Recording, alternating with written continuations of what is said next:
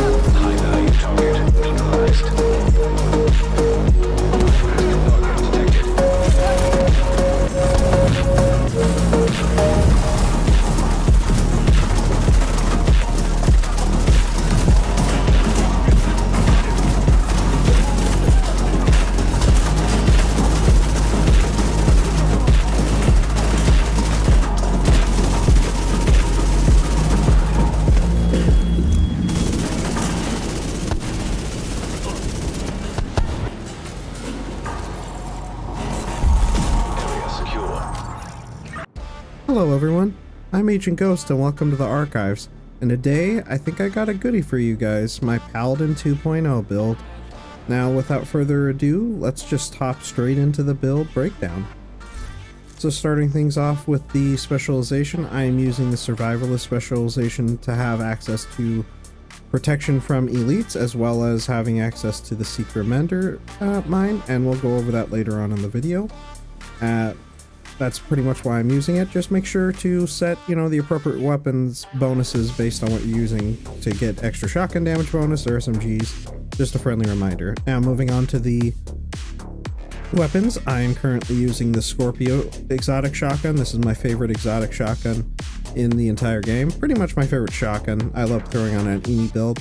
There are the core attributes and attributes. If you want to pause, you can do so. I just re-rolled my attribute to damage targets out of cover on my Scorpio shotgun, and I'm using this for the talent Septic Shock, which that does shooting a target applies stacks of venom, which lasts for 10 seconds. Increasing stacks adds more severe debuffs to the target.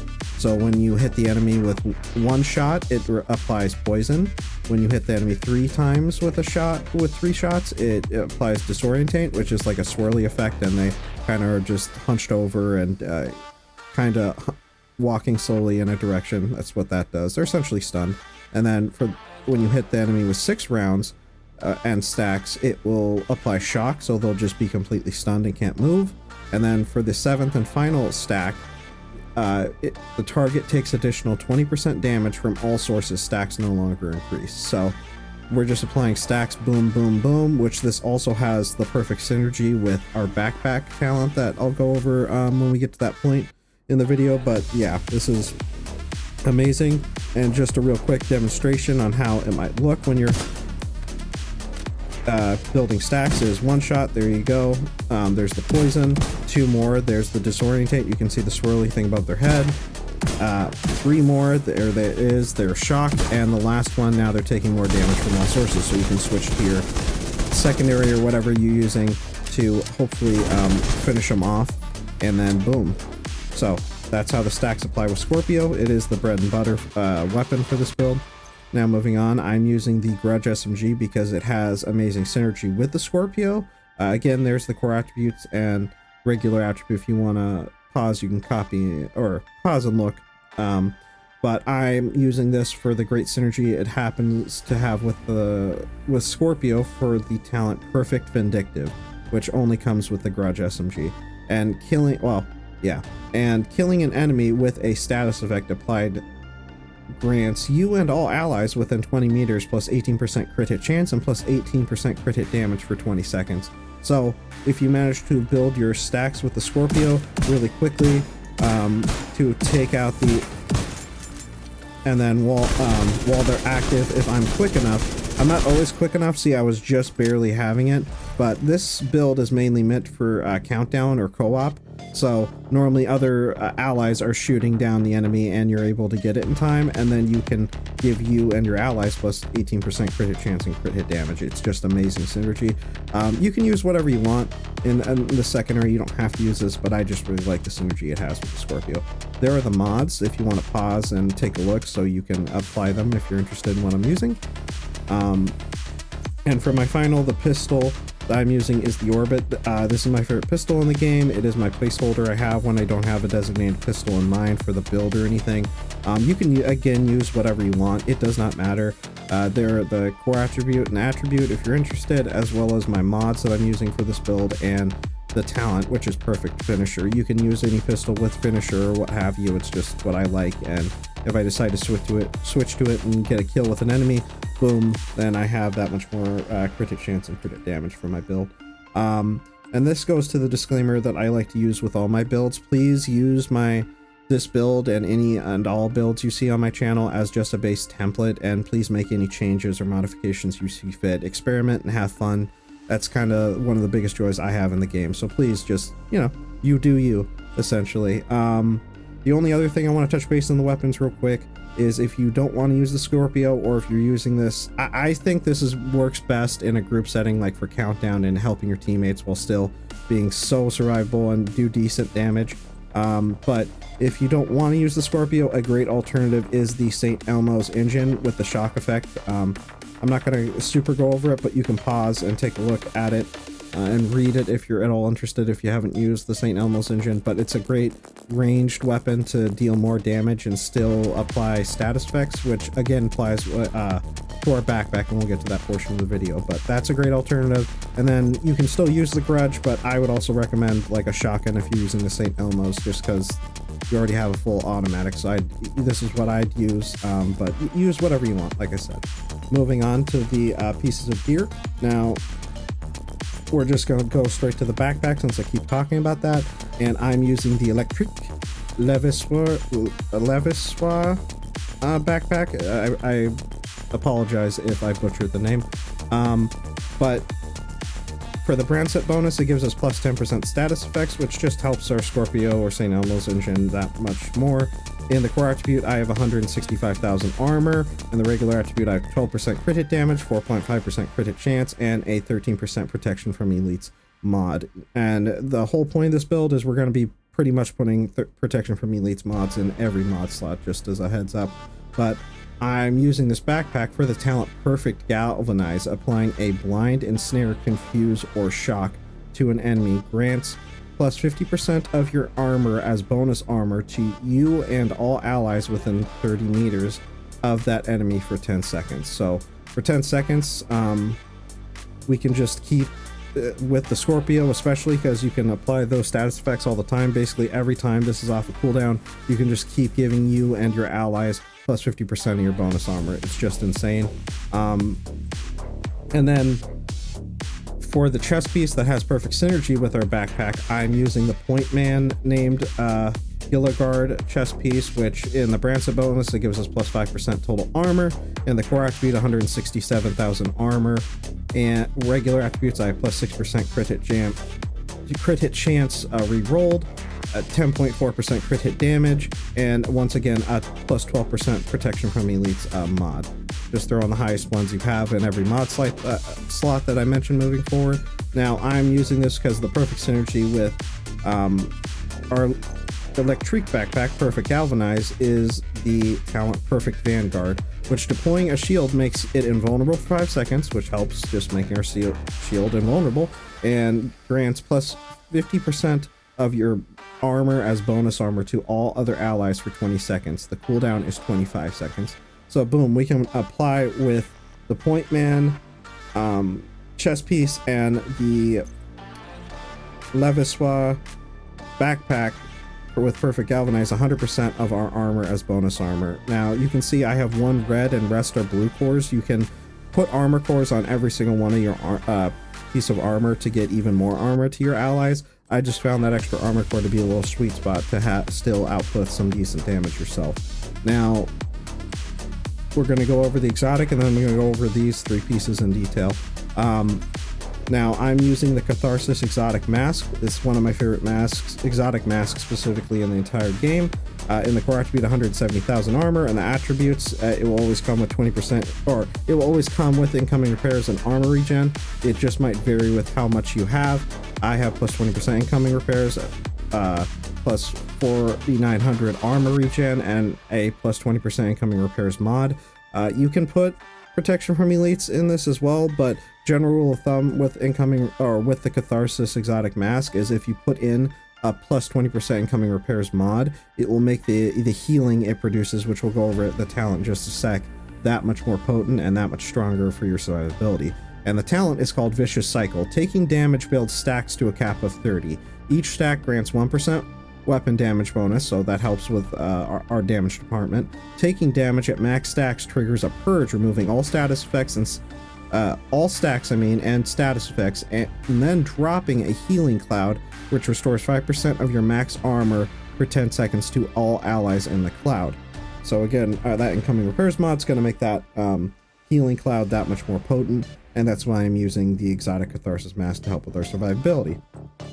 Now for these 3 final pieces, I'm going to give a shout out to the awesome commenter in my last Paladin build. He suggested something similar to this, which helped inspire me throwing this together. So I'm going to have his name, or his comment, up here on the screen now, but shout out to him, thank you, or them, thank you so much for the comment and the inspiration. Now, I'm using the Improvised gear, which you can get this gear at the crafting station. You just go to the crafting station, go to the second last tab, and there they are, and you just keep re-rolling it, because all 3 of them will generate 3 different stats, and you're looking for the stats I'm about to show off, as well as the unique factor of Improvised gear is that it also comes with mod slots, so we're able to put protection from elites on every single one of our pieces of gear, as well as to get try and cap out, or as close to capping out with the survivalist protection. So in the core attribute, I have 141,000 armor rolled on mine, along in the regular attribute, 5.1% crit hit chance, and re-rolled 12% crit hit damage in the regular attribute, along once again with a 12% protection from elites mod. For the hands, I am using again the improvised hands. Just go to the crafting station, but I have 14% weapon damage in the core attribute, 6% crit hit chance re-rolled in the regular attribute, 10.8% crit hit damage in the regular attribute, and a plus 12% protection from elites mod.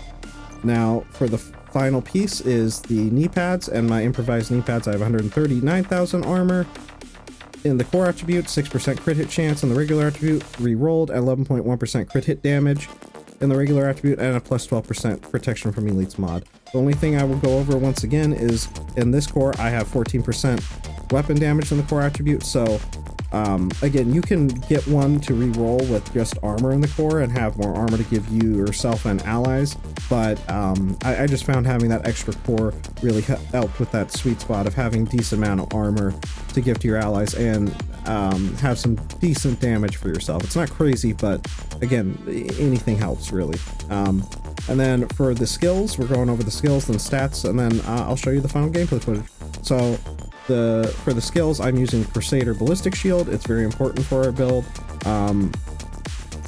We only have it up to tier 5 because again I wanted that weapon damage core, but again if you wanted to get all to tier 6, just throw in that armor core that I was showing on the gloves, and then you're good. So that's all you have to do. I was just doing experimenting. This is what I like, but I think having tier 6 and all 4 armor cores is a great idea too if you go that route. But this is essentially just to do what we were talking about with Point Man, to make it invincible, and then when I deploy it and I have allies, it will give me as well as them bonus armor. You have to have allies for that. And then for my other skill, I'm using the Mender Seeker Mine that again you get from the Survival specialization, and it's just extra heals. So if I take damage, for example, or my allies mainly take damage because I also have the Catharsis Mask, boom, it's not a crazy amount of healing, but it's something, and your allies will really appreciate it if they're going into like Countdown with like a full striker build or something of that equivalent where it's all damage focused. So if you don't want this, or if you're using this outside of Countdown, Decoy is another great alternative to get the distraction of enemies. Outside of Countdown, I'd also say the Striker Drone is great, but don't use the Striker Drone in Countdown just because they'll get hacked by the hunters and used against you and shoot at your allies and probably kill your allies, so try not use that in Countdown. But yeah, those are the skills I recommend. And now for the final stats, we're gonna go over the